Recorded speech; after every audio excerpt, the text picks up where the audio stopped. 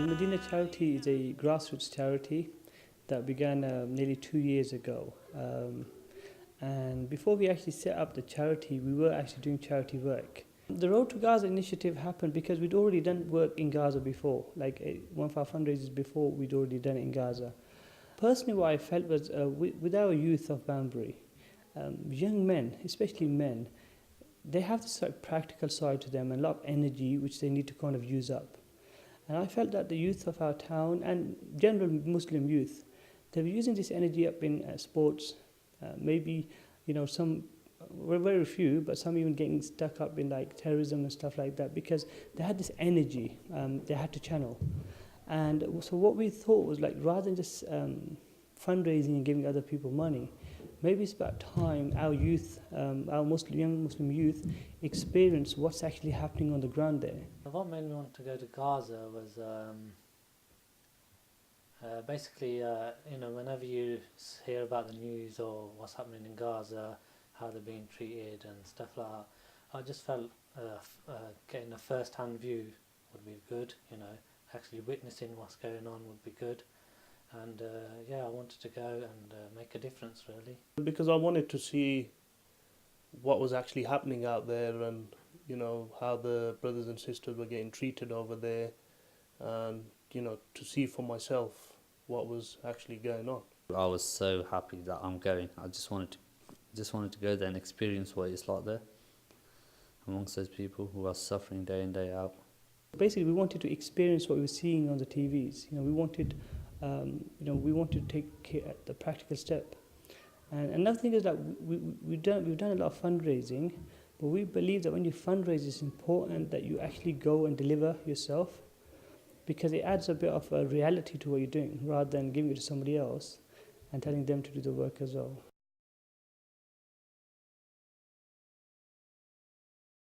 As soon as we got into Palestine, because obviously we saw a massive sign there saying "Welcome to Palestine." As soon as we saw that, it just felt really good. It was a really nice feeling.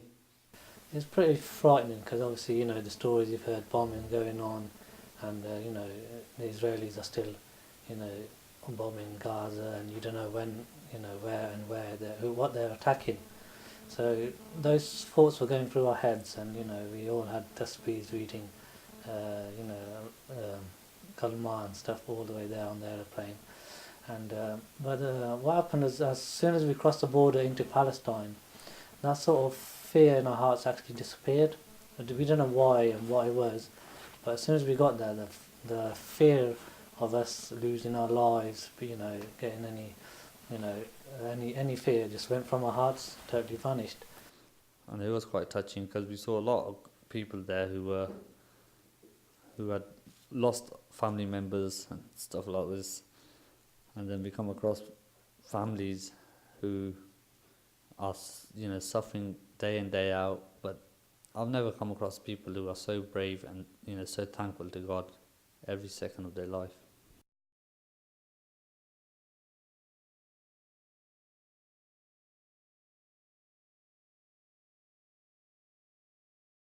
We were at the hotel, and one of the brothers come up to us. He said, some of the people from the group are going to be leaving for the demo that's going to be happening, and it's up to you if you want to come. And I asked a few people around there, and they said it'd be pretty beneficial for you to go. You'll get a lot of people there who you can speak to as well.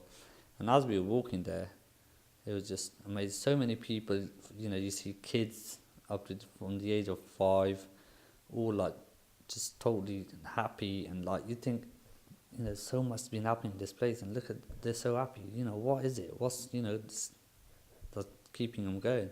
There's a huge gathering. People come from all over Palestine just to come to that gathering to show their support for the government, and it's very, very eye-opening because you had old people there, young people, disabled people, and everybody was giving out a vibe of good. It was a good vibe. There was no violence, nothing at all, and it was very, very good experience. Very good. It felt good because there was a lot of people there. They were celebrating. One of the main reasons why they were celebrating was I think what it was, because they were being bombed, the people there were celebrating to say that basically, that they haven't beat us, and we're carrying on with our lives as normal, because just to show them that they haven't been defeated.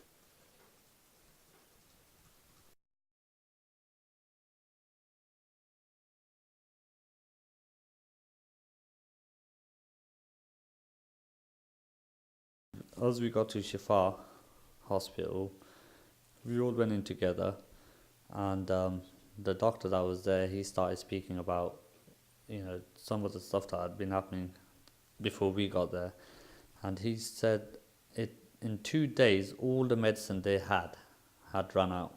They had totally gone. He goes, I think he must have said about 10 years or something he's been there, and he goes, he's never in his life experienced anything like it. That's how bad it was.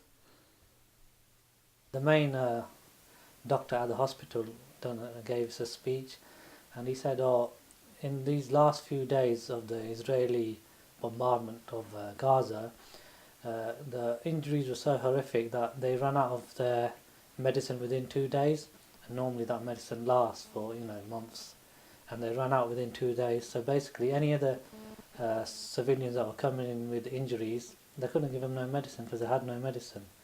And that's what we felt, okay, we are actually helping, because when we donate that money to Ashifa, they can buy that medicine and it can get there. As we were walking around, we see many people wounded, injuries that we've never seen before in our life. But witnessing it firsthand, it actually, hits you right in the heart, as if, there are people out there that are suffering who shouldn't be suffering. There was a lot of casualties, a lot of people severely injured. We then went and walked around the hospital, and we actually saw some of the people that were injured ourselves, that were in critical condition. And it just made you feel really, really bad, because you couldn't really do anything physically to help them. Al Madina contributed towards helping Ashifa Hospital by giving them money to buy medicines, because as you see in the footage, we went to the warehouse where they store the medicine, and we contributed most of our money towards buying the medicine, because the medicine is very expensive.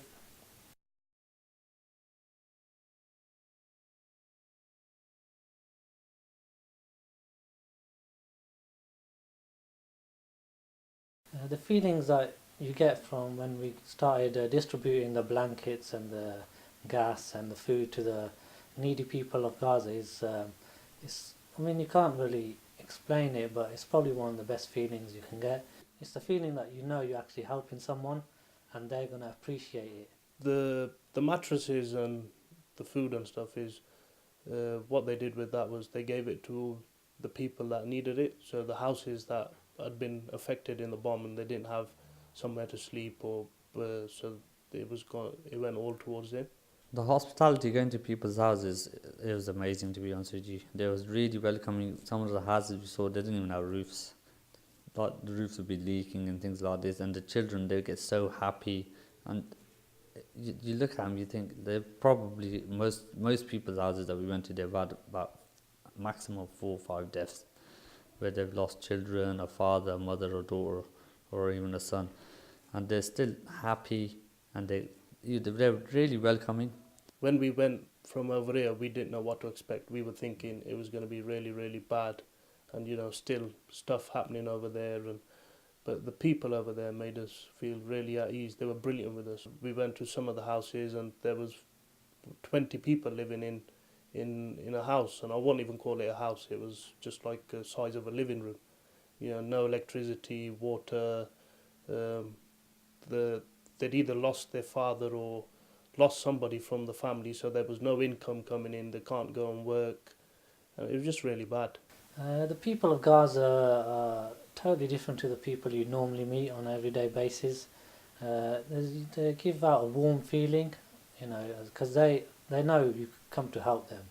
And nowadays in our societies, your own relatives don't help you.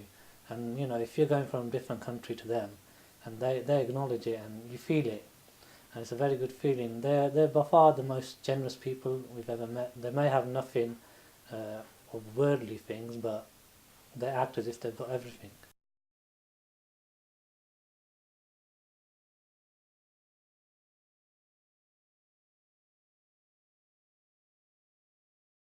Yeah, definitely. I would love to go back to Gaza. Yeah, it's one of the best experiences of my life, to be honest.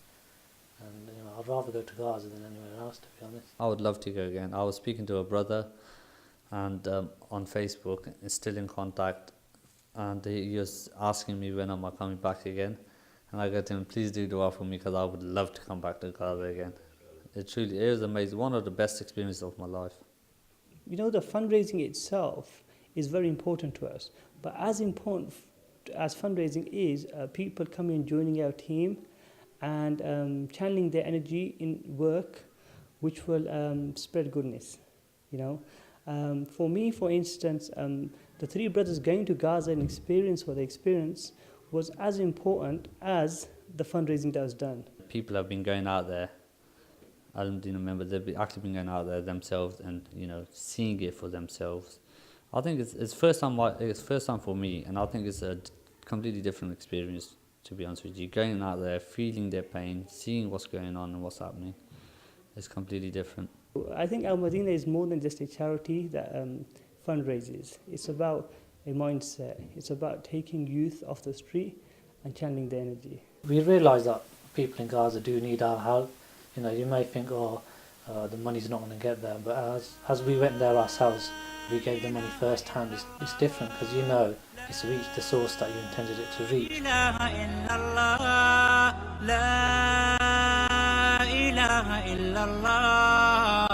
Muhammadun Rasulullah, Muhammadun Rasulullah.